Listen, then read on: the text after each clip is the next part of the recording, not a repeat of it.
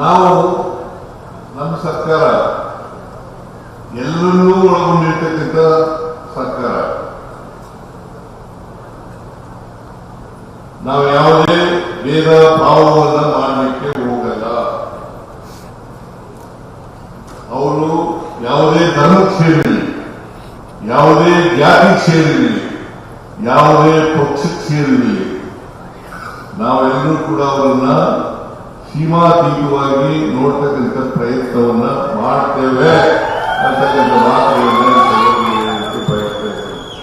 ಇವತ್ತು ನಾವು ಗ್ಯಾರಂಟಿ ಯೋಜನೆಗಳಿದ್ದಾವಲ್ಲ, ಆ ಗ್ಯಾರಂಟಿ ಯೋಜನೆಗಳಲ್ಲಿ ಯಾವುದೇ ಪಕ್ಷ ಇಲ್ಲ, ಯಾವುದೇ ಧರ್ಮ ಇಲ್ಲ, ಯಾವುದೇ ಜಾತಿ ಇಲ್ಲ.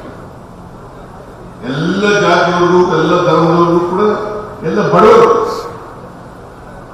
ಒಟ್ಟಾರೆ ಎಲ್ಲ ಧರ್ಮದಲ್ಲಿರ್ತಕ್ಕಂಥ, ಎಲ್ಲ ಜಾತಿಯಲ್ಲಿರ್ತಕ್ಕಂಥ, ಎಲ್ಲ ಪಕ್ಷದಲ್ಲಿರ್ತಕ್ಕಂಥ ಬಡವರಿಗೆ ನಾವು ಇವತ್ತು ಆರ್ಥಿಕವಾಗಿ, ಸಾಮಾಜಿಕವಾಗಿ ಶಕ್ತಿ ತುಂಬತಕ್ಕಂಥದ್ದು ಅತ್ಯಂತ ಅವಶ್ಯ. ನಮ್ಮ ಸಂವಿಧಾನದಲ್ಲಿ ಬಹಳ ಸ್ಪಷ್ಟವಾಗಿ ಹೇಳ್ತಿದ್ದೀವಿ, ನಾವು ಜಾತಿ ರಹಿತವಾದಂಥ, ವರ್ಗರಹಿತವಾದಂಥ ಸಮಾಜವನ್ನು ಮಾಡಬೇಕು. ಕಟ್ಟ ಕಡೆಯ ಮನುಷ್ಯನಿಗೂ ಕೂಡ ನ್ಯಾಯ ಸಿಕ್ಕಬೇಕು, ಅವನಿಗೂ ಕೂಡ ಆರ್ಥಿಕ ಸಾಮಾಜಿಕ ಸೌಲಭ್ಯಗಳು ಸಿಕ್ಕಬೇಕು. ಅವನು ಸಿಕ್ಕಿದಾಗ ಮಾತ್ರ ನಾವು ಸಂವಿಧಾನದಲ್ಲಿ ಹೇಳಿರ್ತಕ್ಕಂಥ ಜಾತ್ಯತೀತ ರಾಷ್ಟ್ರವನ್ನು ನಿರ್ಮಾಣ ಮಾಡಲಿಕ್ಕೆ ಸಾಧ್ಯ ಆಗ್ತದೆ, ಜಾತ್ಯತೀತ ಸಮಾಜವನ್ನು ನಿರ್ಮಾಣ ಮಾಡಲಿಕ್ಕೆ ಸಾಧ್ಯ ಆಗ್ತದೆ. ಇದನ್ನ ನಾವು ಚಾಚೂ ತಪ್ಪದೆ ನಮ್ಮ ಸರ್ಕಾರ, ನಮ್ಮ ಪಕ್ಷ ಮಾಡ್ತದೆ ಅಂತಕ್ಕಂಥ ಮಾತುಗಳನ್ನ ಈ ಸಂದರ್ಭದಲ್ಲಿ ಹೇಳಲಿಕ್ಕೆ ಬಯಸ್ತಾರೆ. ನಮ್ಗೆ ಎಷ್ಟೇ ಟೀಕೆಗಳು ಬರ್ಬೋದು. ಈಗ ಗ್ಯಾರಂಟಿ ಯೋಜನೆಗಳನ್ನು ಮಾಡಿದಾಗ ಕೂಡ ಟೀಕೆಗಳು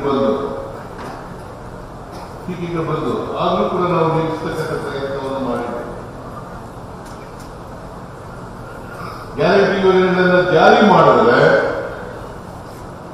ರಾಜ್ಯ ಸರ್ಕಾರ ಆರ್ಥಿಕವಾಗಿ ದಿವಾಳಿ ಆಗ್ತದೆ ಅಂತಕ್ಕಂಥ ಮಾತುಗಳನ್ನೆಲ್ಲ ಹೇಳ್ತಾರೆ. ನಾವೀಗ 2.5 ವರ್ಷ ಆಯಿತು.